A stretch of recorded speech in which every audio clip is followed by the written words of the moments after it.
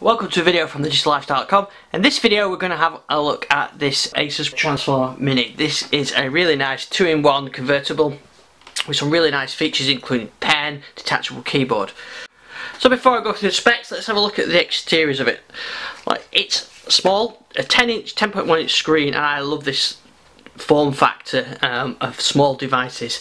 I have a Surface Pro 4 and this has a lot of similarities to that, which is a really good thing. Anyway, let's have a look. So, it's thin, 13.9mm with a detachable keyboard. Let's detach the keyboard first and have a look at it. So there you can see it's very nice and slim with a premium metal feeling case to it with a nice sort of chrome finish to it. And I think they do different colours as well. Certainly on the keyboard they do anyway. And it's got this nice metal feel to it, a very premium feel to it. There's curved edges. So as a tablet, definitely easy to use as a tablet. It's a nice form factor. And then of course you've got the keyboard as well. So the keyboard attaches magnetically like that and then clips up for stability. So, and there's a kickstand at the back which goes up to 110 degrees, so you can use it pretty flat really if you wanted to, all the way like that, right the way up to a pretty much vertical mode. Let's have a look at the ports on it and then I'll talk through the keyboard as well. So we've got micro USB for power, and we've got micro HDMI, standard on most tablets. Something that isn't very often there on small tablets is a full-size USB 3 port. So I recently reviewed the Lenovo Yoga Book, which is a similar size, slightly different with the Halo keyboard, but no port on there. So this is a good thing. You can plug all sorts into there, USB 3. Headphones. What else have we got? Power button and a micro SD card as well, so you can plug a external storage in there. So I really like that. One unique thing on here that I haven't seen on any other devices that I've reviewed is a fingerprint reader for Windows Hello. It just works, and I'll show you in a minute, but it works exactly as you does on many of the phones with fingerprint reader. You can use it to sign into Windows and it's very effective. Like I said, I'll show you. The other thing it does as well, which not all devices do, is it auto detects when the keyboard's folded round or not, which means that it can automatically put it into tablet mode, and which I think is really good. Right, okay, so we've got the sign-in screen now, and here I'm just going to reach over, put my finger on the back, and there we go, we're signed in. I only recognise the program to authorise the one finger on there. It would be better to do probably, you know, all fingers or something like that, because the way the camera is, I've got to reach around, but probably better if I did my left hand on there. But you can just do whatever you want, and it works really well. The recognition is there every time, and I'm pretty impressed with that. Windows Hello works really well, and I actually prefer that to using the camera for Windows Hello. It perhaps would be nice if it was here or something, but maybe in tablet mode it's a good position there. So that's a really good thing. I should also mention as well it comes with an active pen, which we'll have a look at shortly. So let's go through some specs. We've got a 10.1-inch screen. It's light, 790 grams with the magnesium alloy body. I mentioned about the colours before as well. These keyboards, they do them in different colours. This is sort of the chrome one, but they do like gold and different colours. It's got an Atom X5 processor in there with 4GB of RAM and 64GB storage. So it's not a particularly fast machine. Video encoding, gaming, you're not going to be doing it on a small device like this, but it's fine for browsing, email. You could do a bit of Photoshop on it. It's going to be a little bit slower, the X5 processor, but 4GB of RAM means that browsing should be good. You're not going to get some slowdowns. You should be able to open new tabs without it slowing down or anything like that. 4GB of RAM is plenty of headroom for Windows, and that's quite impressive really. So when I've been using it the last couple of days, it feels fast, and task switching is nice and quick. let's load something else. Let's load Minecraft. Always one that I like to use to test it. So actually the X5 processor, Atom's come a long way, and I actually like the processor for this. For a tablet, it's nice and snappy, nice and fast. I see it's not too bad to open Minecraft on there. Now, I mentioned before, I said it had 64 gig. It doesn't. It has a 128 gig SSD on here. I think there's various models available. 95 gig free after Windows installation and the Asus apps, so which is pretty good. So here we are in Minecraft, and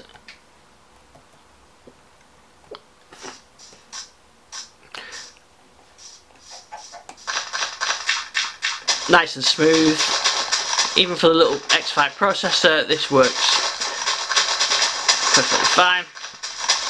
Get nice smooth playback on there. I can't hear any fans on here, so I think it is fanless. It certainly doesn't seem to be getting warm. Minecraft normally puts makes the processor speed, puts a load on the processor, means that it's going to have the extra heat on there. And on the surface, I hear the fan spinning up, but it's not currently doing that. Let me close that down. Also, you notice the sound on there. I'm going to try some music playback in a second. Sounds not too bad either. Small devices always compromise things like sound and process speed, but this is a nice compromise, really. The way that Asus have done that, I really like this small form factor with the Surface style of keyboard. Now, talking of the keyboard, this is not going to be a device that you probably do a huge amount of typing on. For me, the keys are a little bit close together and a little bit small. That is an issue with the compromise when you go for a small device like this. So this wouldn't be a main device that I would do a lot of writing on, but it's certainly been no problem doing emails on here, and even a blog post or something like that, writing a review up, no problem on here. It's just the keys are probably a little bit small for me, but then, you know, they could make it bigger without it sticking out and ruining the design. So that's a compromise I'm happy with. It's got a nice trackpad on there. It supports precision touch actions as well, so things like for 3-finger swipe for task switching, 2 fingers for scrolling. So actually, trackpad is really nice. I could no problem using that trackpad at all. I used to say that there's a 1.5mm travel on the keys. It's not too spongy, actually. I mean, I've tried some small tablets before that tend to have a bit of poor keyboard. This is probably one of the better ones. Like I said, it's just not that big, really, for a lot of typing on here. When it comes to battery life, it's another good feature of the Atom processor. We've been running this quite hard, actually. So I've been doing some stuff testing before with Minecraft and stuff. So it's currently saying, where we go, 5 hours with 65% remaining, which is probably about right. Asus say 11 hours. I've found that's probably about right with the X5 processor. I also found it on the Lenovo Yoga Book as well. This X5 processor with Windows 10 and optimization is giving you good battery life. 11 hours. I even had 16 hours come up once on the Yoga Book. So this is going to deliver you good battery life, and I guess that's what this device is about. It's a small device. You can use it for taking notes, travelling around with you. You're going to get long battery life.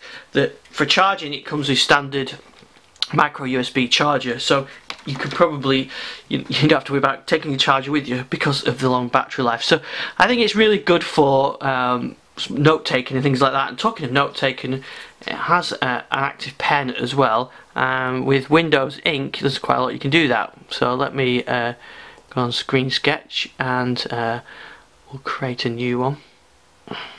So this is the pen. You can see I can draw on here and flip the keyboard back, put the kickstand away, let it go into tablet mode, and you can see you've got a really nice notebook there for taking notes on, and no problem with that, using that as a notebook on the go. I would probably use it with OneNote, and which is my favourite app for taking notes, which I have got, which is part of the setup and included. It supports the pressure level sensitivity, so the harder I press, I get a thick line. If I write lightly, I get a thin line. interesting, this pen also works with Surface as well. So these pens also, many of them seem to have the same digitizer on, but that's really good with the pen. And you've got a couple of buttons on there as well. One of them is you can use the selection tool, depending on how Windows set up, or an eraser, or whatever you want. The pen slots in. I don't think the pen is meant to fit in there because it's quite small. So the pen, I think, fits in like that, and so you've got a nice little notebook to take with you, especially with this nice soft cover on there as well, which makes it feel really nice. So, talk about the screen. The screen is 1280 by 800, a little bit on the low res side, but 10.1 inch screen is not too bad.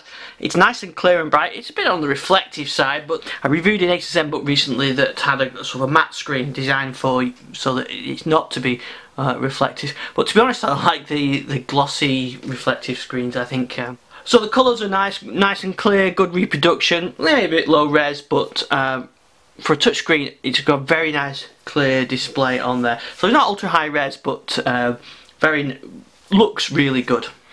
So the screen is nice and bright. We're running at 40% there, and that's at 100%. And probably the camera doesn't pick that up too well, it compensates for the brightness, but it is very bright, and 50% there is perfectly adequate for normal use, and that's going to give you the extra battery life as well.